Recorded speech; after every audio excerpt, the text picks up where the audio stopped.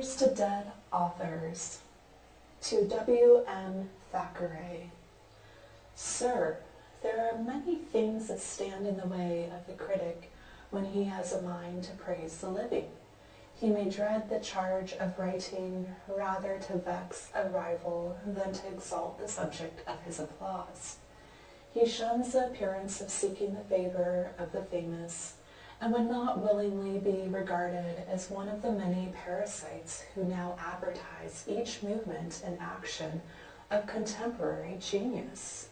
Such and such men of letters are passing their summer holidays in the Val d'Aosta, or the Mountains of the Moon, or the Solomon Range, as it may happen.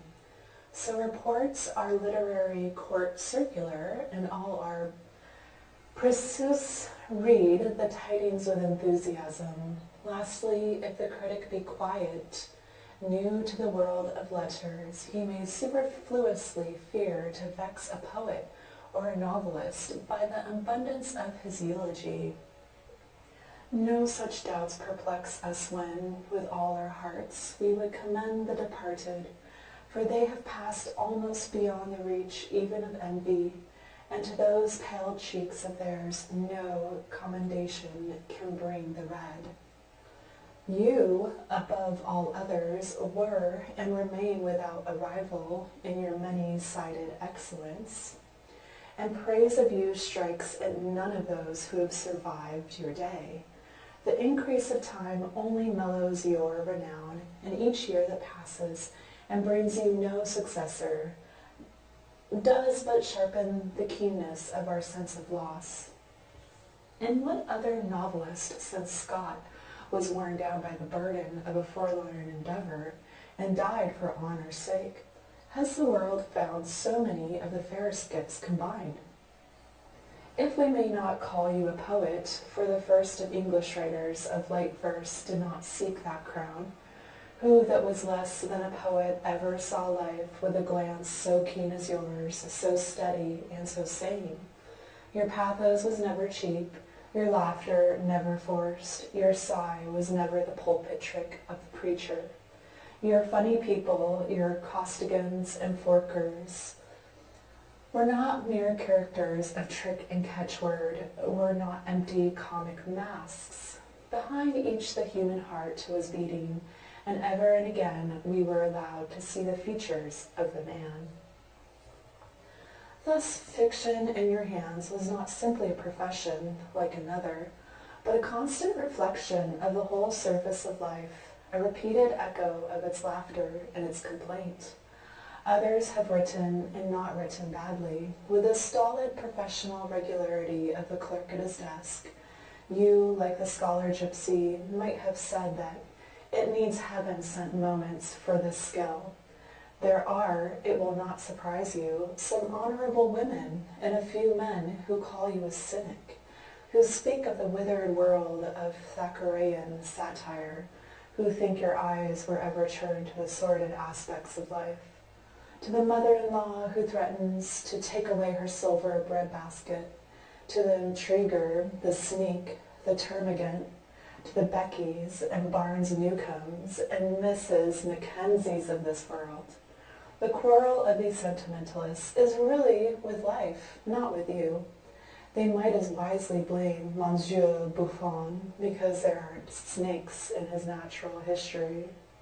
Had you not impaled certain noxious human insects, you would have better pleased Mr. Ruskin. Had you confined yourself to such performances, you would have been more dear to the neo-Balzacian school in fiction. You are accused of never having drawn a good woman who is not a doll, but the ladies that bring this charge seldom remind us either of Lady Castlewood, or of Theo, or Hetty Lambert. The best women can pardon you, Becky Sharp, and Blanche Amory. They find it harder to forgive you, Emmy Sedley and Helen Pendennis. Yet what man does not know in his heart that the best women, God bless them, lean in their characters, either to the sweet passiveness of Emmy or to the sensitive and jealous affections of Helen, 'tis heaven, not you, that made them so, and they are easily pardoned both for being a very little lower than the angels, and for their gentle ambition to be painted, as by Guido or Guercino, with wings and harps and halos. So ladies have occasionally seen their own faces in the glass of fancy, and thus inspired have drawn Romola and Consuelo. Yet when these fair idealists, Madame Sand and George Eliot, designed Rosamond, Vinci, and Horace, was there not a spice of malice in the portraits which we miss in your least favorable studies?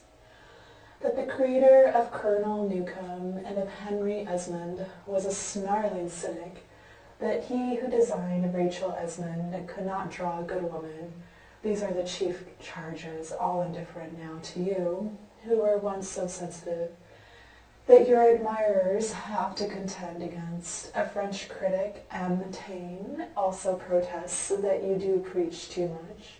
Did any author but yourself so frequently break the thread, seldom a strong thread, of his plot to converse with his reader and moralize his tale, we also might be offended. But who that loves Montaigne and Pascal, who that likes the wise trifling of the one and can bear with the melancholy of the other, but prefers your preaching to another's playing? Your thoughts come in like the intervention of the Greek chorus as an ornament and source of fresh delight. Like the songs of the chorus, they bid us pause a moment over the wider laws and actions of human fate and human life. Then we turn from your persons to yourself, and again from yourself to your persons, as from the odes of Sophocles or Aristophanes, to the action of their characters on the stage. Nor, to my taste, does the mere music and melancholy dignity of your style in these passages of meditation fall far below the highest efforts of poetry. I remember that scene where Clive at Barnes Newcome's lecture on the poetry of the affections sees Ethel, who is lost to him, and the past and its dear histories, and youth and its hopes and passions, and tones and looks forever echoing in the heart and present in the memory. These, no doubt, poor Clive saw and heard as he looked across the great gulf of time, and parting in grief, and beheld the woman he had loved for many years, forever echoing in the heart and present in the memory. Who has not heard these tones, who does not hear them as he turns over your books, that for so many years have been his companions and comforters? We have been young and old, we have been sad and merry with you, we have listened to the midnight chimes with Penn and Warrington, have stood with you beside the deathbed, have mourned at that yet more awful funeral of lost love, and with you have prayed in the inmost chapel sacred to our old and immortal affections, allez au souvenir. And whenever you speak for yourself, and speak in earnest, how magical, how rare, how lonely in our literature is the beauty of your sentences. I can't express the charm of them, so you write of George Sand, so we may write of you. They seem to me like the sound of country bells, provoking, I don't know what vein of music and meditation, and feeling sweetly and sadly on the ear. Surely that style so fresh, so rich, so full of surprises, that style which stamps as classical your fragments of slang, and perpetually astonishes and delights, would alone give immortality to an author, even had he little to say.